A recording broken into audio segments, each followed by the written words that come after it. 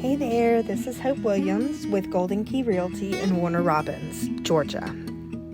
I work all over the state, but primarily focus in central Georgia, the Warner Robins, Kathleen, Bonaire, Perry, Macon, Byron, Peach County, all of the central Georgia area. I'm with Golden Key Realty, and I have been a realtor for about 11 years now. So today we're going to talk about apartment living versus renting a home. When discussing property managers for private-owned property, please note that I'm referencing our property management department at Golden Key Realty and its policies. We've managed rental property since 1978, and as a result, we have well-established procedures for owners, tenants, agents, and managers. The rental market here in Central Georgia and Warner Robins is versatile and robust. Warner Robins Air Force Base keeps our housing market a revolving door for service people, contractors, government employees, and as a result, we have a wide variety of properties for lease. Apartments are the most popular option for people wanting to rent, but those who rent houses privately enjoy plenty of perks that apartment living can't offer. Homes available for lease for the most part are privately owned. I firmly believe that everyone deserves to have a home ideal for their situation, so let's look at both options to see which might work better for you. If you have questions at the end, don't worry. Send me an email for assistance and I'm happy to help. Single-family detached home features are landscaping and exterior dwelling require maintenance from the occupant. You have the yard to enjoy, but also to cut this would be a pro or con for you depending on if you want a yard to maintain, especially for kids and pets. There's a lot more privacy. You typically have no shared walls with your neighbors and you have no one above or below you. It offers more storage with an attic, garage, things like that. It's better for larger households and loud households like mine. If you have dogs or, loud children like mine, apartment living may not be what you should do. Different owners have different pet policies, and some homes do not allow pets. They're usually managed by the owner themselves or a licensed property manager, such as the brokerage I work for. In apartment living, you have shared walls with neighbors on any side and or above and below. There's no landscaping or outside maintenance required for you, but there's no garage attached usually, or if there is a garage, it's pretty pricey to get one. And as a result of not having a garage or an attic, there's a lot fewer storage options. The community amenities include things like a pool, fitness center, playground, sidewalks, security on site, and gated entry, which most residential homes don't feature, so that is something that a lot of people enjoy about apartments.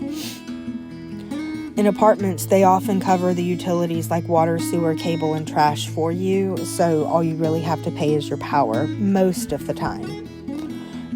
There's limited space for pets to exercise, and there's no yard to play in or run around. These are also corporate owned typically and have a corporate property manager, and they're not as fun to deal with when you have issues. So managing apartments looks very different from representing private owners. In an apartment, your manager works for the owner and answers to them alone, not the residents.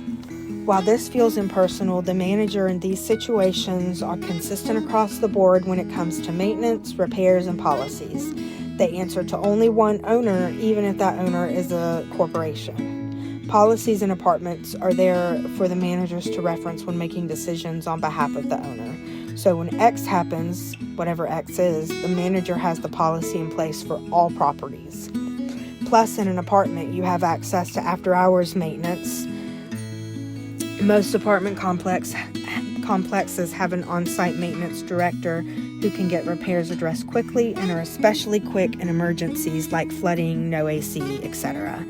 Pet policies are applicable for apartments, but it's highly unusual for apartments to not be pet-friendly.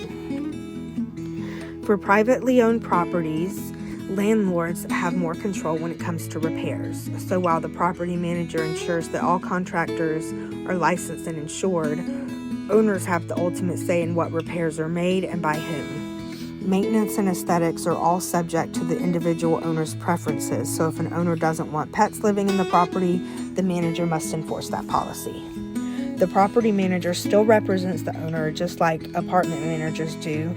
Therefore, they have a vested interest in holding high standards because private property managers answer to both owners and tenants.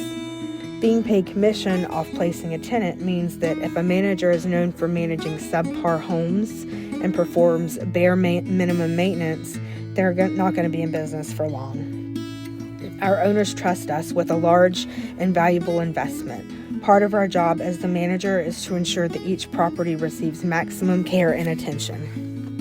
Leasing is ideal for many people, especially around Warner Robins and Houston County, where our residents often only live here a couple of years at a time. There are many perks and drawbacks to both options for leasing, and of course the Central Georgia area is a great place to put roots if you're thinking of investing in real estate. So if you're new here, hi, I'm Hope, and I love to talk about real estate. I'm a realtor, an accredited buyer's representative, and a military relocation professional. I love learning and problem solving, so if you have any questions about real estate in general or about buying, renting, or selling a property, let's chat. If I can't help you where you are, a friend in my realtor network definitely can.